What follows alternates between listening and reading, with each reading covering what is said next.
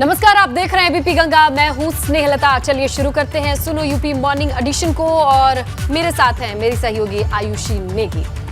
बिल्कुल नमस्कार, बहुत स्वागत है आप सभी लोगों का। और बुलेटिन की शुरुआत करते हैं और सबसे पहले बात करेंगे गाजीपुर की एक हैरान करने वाली खबर की। जिले के भानमाल रायपट्टी क्षेत्र में एक मां का कलयुगी रूप देखने को मिला है। दरअसल महिला ने अपने 3 बच्चों की जान ले ली है। तीनों बच्चों को चाय में जहर डालकर मां पर पिलाने का आरोप लगाया जा रहा है। बताया जा रहा है कि बच्चों की हालत खराब होने पर परिजन उन्हें अस्पताल लेकर गए, लेकिन रास्ते में एक बच्चे ने दम तोड़ दिया। इलाज के दौरान एक और बच्चे की मौत हो गई है। वहीं तीसरी बच्ची को वाराणसी ट्रॉमा सेंटर रेफर किया गया है, जहां उसकी भी मौत हो गई है। इधर घटना की जानकारी मिलते ही पुलिस ने आरोपी महिला सुनीता देवी को हिरासत में ले लिया है और हत्या का केस दर्ज किया है। घटना के पीछे के कारण महिला का अपने पति से किसी पर विवाद होने की बात कही जा रही है। महिला का पति शहर से बाहर प्राइवेट कंपनी में काम करता है और सुनीता नाम की इस महिला का फोन पर किसी बात को लेकर झगड़ा हुआ था और झगड़े के बाद उसने इस घटना को अंजाम दिया। 3 बच्चों को जहर देने की सूचना पुलिस को प्राप्त हुई थी। जो 2 बच्चे, उनमें 2 लड़के और 1 लड़की है। तीनों की जो है वो मृत्यु हो गई है। घर में पति के साथ विवाद को लेके ये महिला ने इन बच्चों को जहर खिलाने के बारे में पता चला है और इसमें अग्रिम जो है वो जांच की जा रही है। फिलहाल डेड बॉडीज को पीएम के लिए भेजा जा रहा है। और चलिए अनिल, फिलहाल इस खबर पर और ज्यादा जानकारी के लिए हमारे साथ जुड़ रहे हैं संवाददाता अनिल। जो ये वजह बताई जा रही है कि मामूली से विवाद को लेकर ही इस महिला ने इस बड़ी वारदात को अंजाम दिया या फिर किसी और कोई और एंगल भी सामने आया है?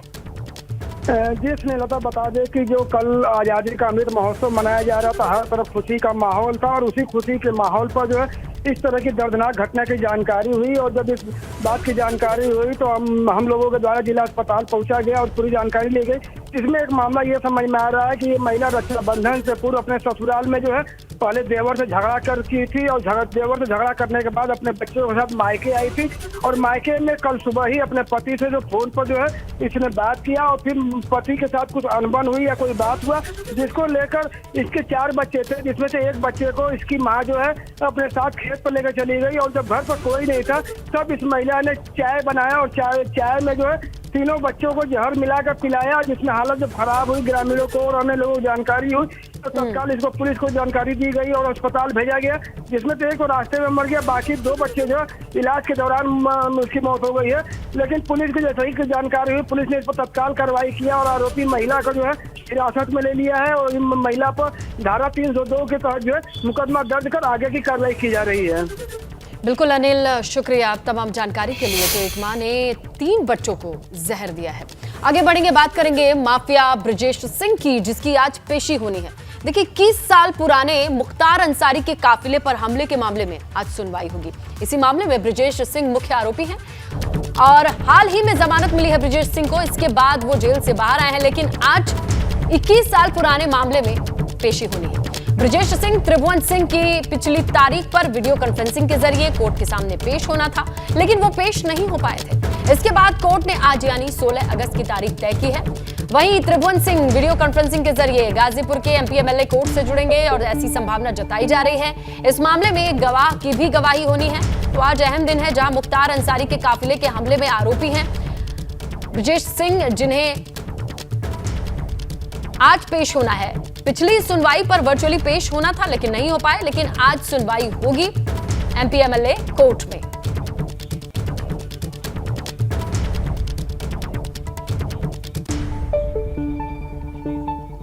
चलिए, ज्यादा जानकारी के लिए रुक करते हैं हमारे सहयोगी नीतीश का। नीतीश, क्या जानकारी मिल रही है? पिछली बार तो वर्चुअली नहीं जुड़ पाए थे ब्रजेश सिंह, लेकिन अब जमानत के बाद उनकी पेशी को लेकर के क्या जानकारी आ रही है? लता, अगर जानकारी की बात करें तो दोनों पक्ष अभी पूरी तरह से स्पष्ट नहीं है। स्पष्ट इसलिए नहीं है कि ब्रजेश सिंह क्या खुद जाकर गाजीपुर कोर्ट में पेश होते हैं या फिर वीडियो कॉन्फ्रेंसिंग के जरिए पेश होते हैं या फिर पिछली बार की तरह कोई तथ्य सामने आते हैं जिससे पेशी फिर टल जाती है। ये देखने वाली बात होगी। मामला उसरी चट्टी कांड का है और उसरी चट्टी कांड मामले में माफिया मुख्तार अंसारी ने खुद इन लोगों के खिलाफ, त्रिभुवन और ब्रजेश के खिलाफ मामला दर्ज कराया था और दर्ज कराने के बाद पिछली अगर सुनवाई की बात करें तो ब्रिजेश सिंह और त्रिभुवन सिंह को ऑनलाइन माध्यम से कोर्ट में पेशी होनी थी, लेकिन दोनों लोग कोर्ट में पेश नहीं हो पाए। अब देखना ये होगा कि आज का दिन क्या होता है। चूंकि इस मामले में ब्रिजेश सिंह की जमानत भी हुई है, वो बाहर है, तो बाहर होने के बाद उनको तो अपने कहे कि सशरीर वहाँ पर प्रस्तुत होना चाहिए। तो क्या प्रस्तुत होते हैं? प्रस्तुत होने के साथ अगली अपडेट पर क्या वीडियो कॉन्फ्रेंसिंग का कोई रास्ता निकाला जाता है सुरक्षा को आधार बनाकर, या फिर इस मामले में आगे कोई और भी कानूनी दांवपेच लगाए जाते हैं, ये देखने वाली बात होगी। फिलहाल अभी का अपडेट ये है कि आज पेशी होनी है, पेशी को लेकर पूरी तैयारी है, और तैयारी होने के साथ जो दूसरा पक्ष है यानी जो आरोपी पक्ष है वो भी अपनी कानूनी दलीलों को पेश करने के लिए तैयारी कर रहा है। बिल्कुल, उसरी चट्टी बहुत पुराना मामला है नीतीश, और इस पर देखिए आज सुनवाई जमानत के बाद क्या खुद ब्रिजेश पेश होंगे, इस पर निगाहें रहेंगी। शुक्रिया नीतीश तमाम जानकारी के लिए। चलिए आगे बढ़ेंगे तो जैश ए मोहम्मद और तहरीक ए तालिबान के आतंकी मोहम्मद नदीम और उसके साथी सैफुल्लाह की पुलिस कस्टडी रिमांड आज एटीएस मांगेगी। दोनों आतंकी स्वतंत्रता दिवस के मौके पर प्रदेश में बड़ी तबाही की साजिश रच रहे थे और इस पूरे षड्यंत्र में उनके 5 और साथी शामिल बताए जा रहे हैं, जिनकी तलाश में एटीएस की टीमें लगातार दबिश दे रही है और दोनों आतंकियों को रिमांड पर लेकर प्रदेश में तबाही की साजिश की परतें एटीएस खोलेगी। कम से कम 7 दिन की रिमांड अर्जी एटीएस दाखिल कर सकती है। वहीं सैफुल्लाह का इटावा कनेक्शन भी सामने आया है। इटावा के मदरसा अरबिया कुरानिया में भी रहकर सैफुल्लाह ने पढ़ाई की थी।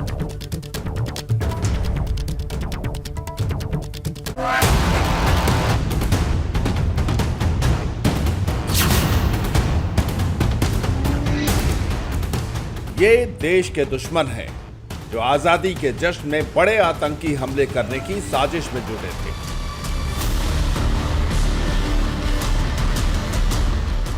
ये वो दहशतगर्द हैं जो अपने आकाओं के इशारे पर भारत को दहलाने की तैयारी में थे।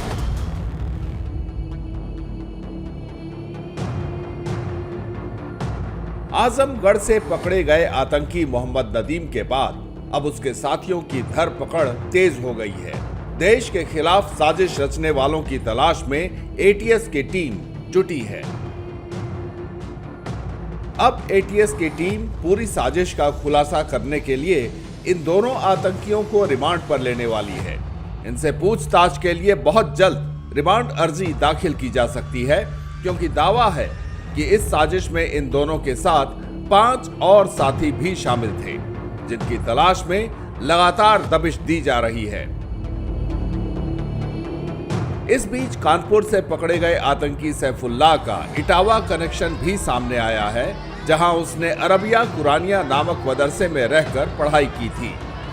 एक बच्चा हमारे यहाँ जून 2019 में आया था और वो बच्चा 16 जून को, और उसने हिफ्ज़ में एडमिशन लिया। हिफ्ज़ की पढ़ाई के लिए, यानी जो कुरान की मेमोराइजेशन का कोर्स होता है, कुरान को कंठस्थ किया जाता है, याद किया जाता है ओरली, तो उसमें उसने पढ़ा और फिर वो मार्च तक रहा यहाँ। मार्च के बाद वो चला गया, जो लॉकडाउन लगा 19-20 मार्च को, उसके बाद वो चला गया 2020 में, और उसके बाद से हमारा उससे कोई लिंक नहीं रहा, वो कहाँ है, क्या करता रहा।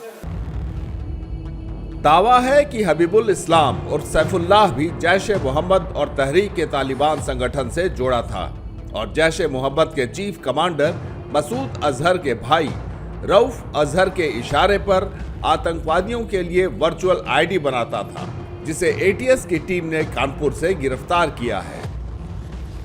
मूल रूप से बिहार के मोतिहारी का रहने वाला सैफुल्लाह का परिवार फतेहपुर में आकर बस गया था।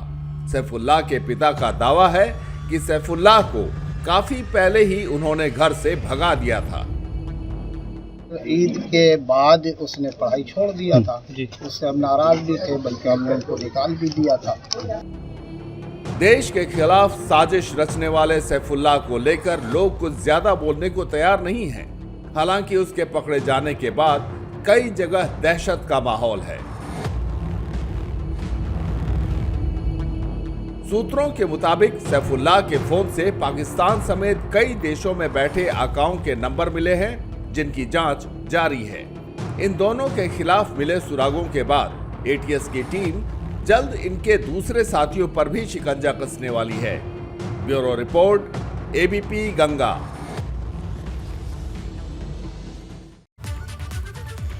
तो जाहिर तौर पर एटीएस को इस रिमांड का इंतजार है ताकि जो बाकी की परतें हैं या यूं कहें इस पूरे मामले की जड़ें हैं वहां तक पहुंचा जा सके। ग्राउंड पर जो चीजें चल रही हैं, हमारे सहयोगी विवेक त्रिपाठी का रुख करते हैं, उनके पास तमाम जानकारी है। तो विवेक, 5 साथियों को ढूंढने की कवायद होगी, कहां से इन्हें ट्रेनिंग मिलती है, इन चीजों की कवायद होगी, इस मद्देनजर लेके किस तरीके की जानकारी आ रही है? देखिए स्नेहलता, मार्च 2019 में जब शहनवाज तेली, जो जैश ए मोहम्मद का ग्रुप का संगठन का सक्रिय सदस्य था, शहनवाज तेली और आकिब अहमद अंसारी, आकिब अहमद मलिक, ये 2 लोग पकड़े गए थे मार्च 2019 में। तब मोहम्मद नदीम का नाम सामने आया था। हालांकि एटीएस उसको दबोच नहीं पाई थी, वो भागा हुआ था।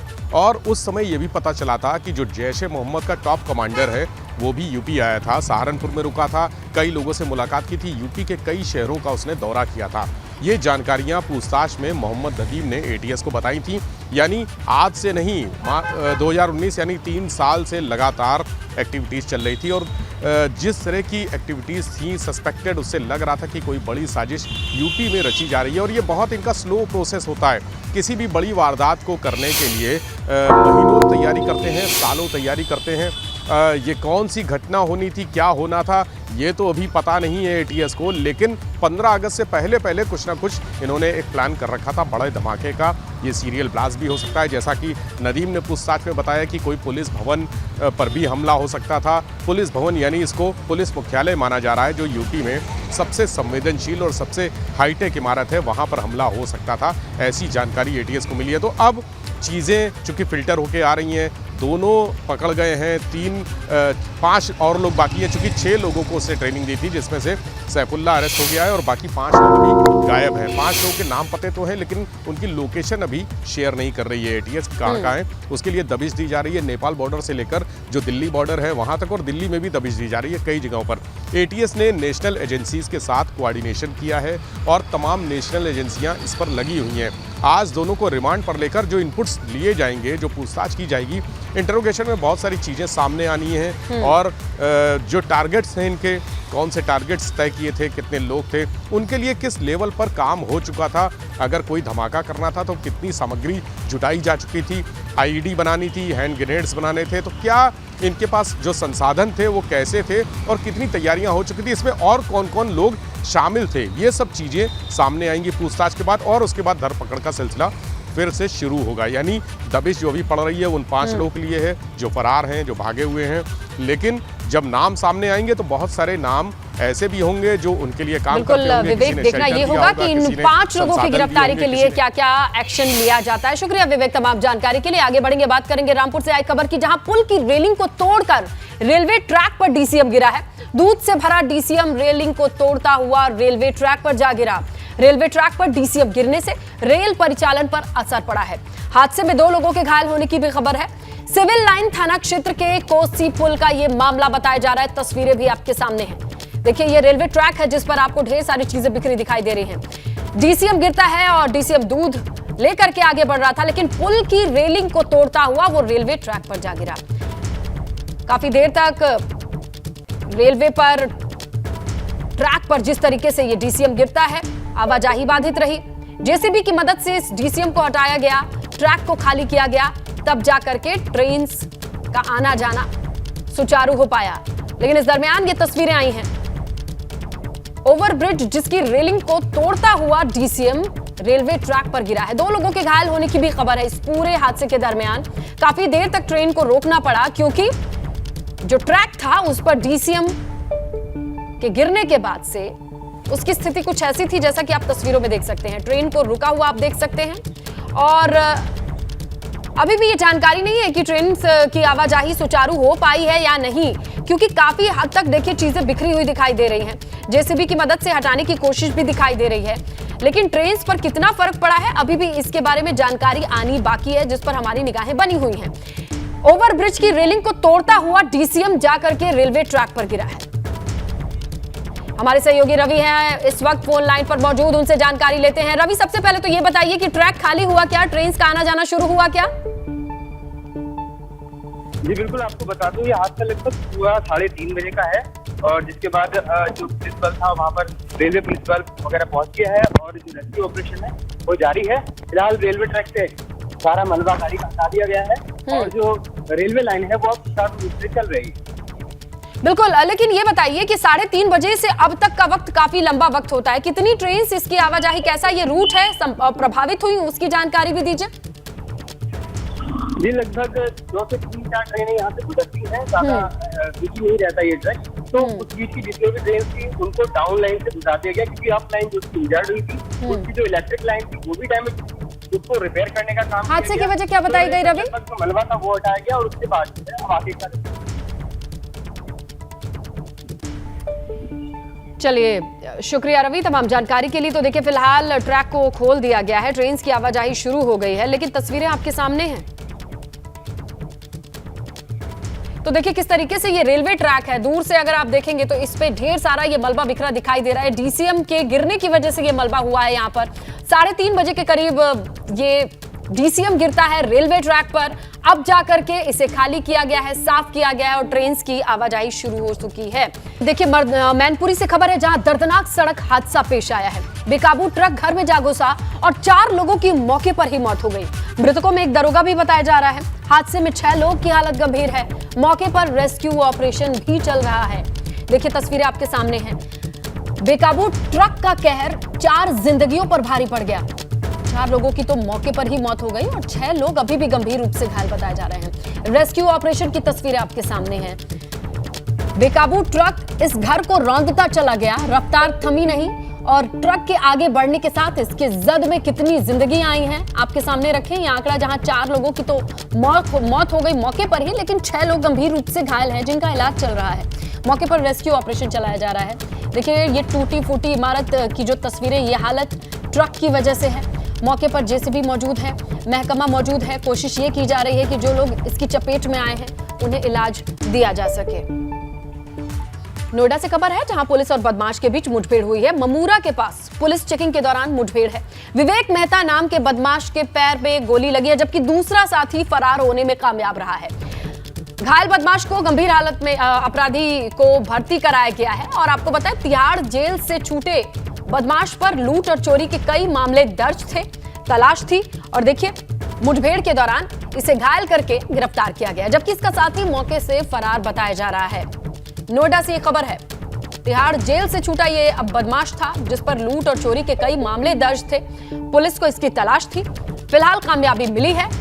ममूरा के पास मुठभेड़ के दौरान इस बदमाश के पैर में गोली लगी है, अस्पताल में भर्ती कराया गया है। फिलहाल ये पुलिस के शिकंजे में है, जबकि इसका साथी भागने में कामयाब रहा। विवेक मेहता नाम बताया जा रहा है इस बदमाश का, जिसके पैर में गोली लगी है। तिहाड़ जेल से छूटने के बाद इस पर कई मामले दर्ज थे, पुलिस को इसकी तलाश थी।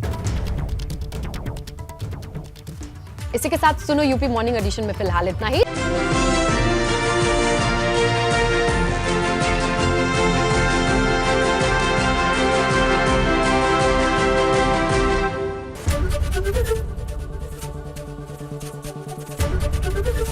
एबीपी गंगा, खबर आपकी, जुबान आपकी।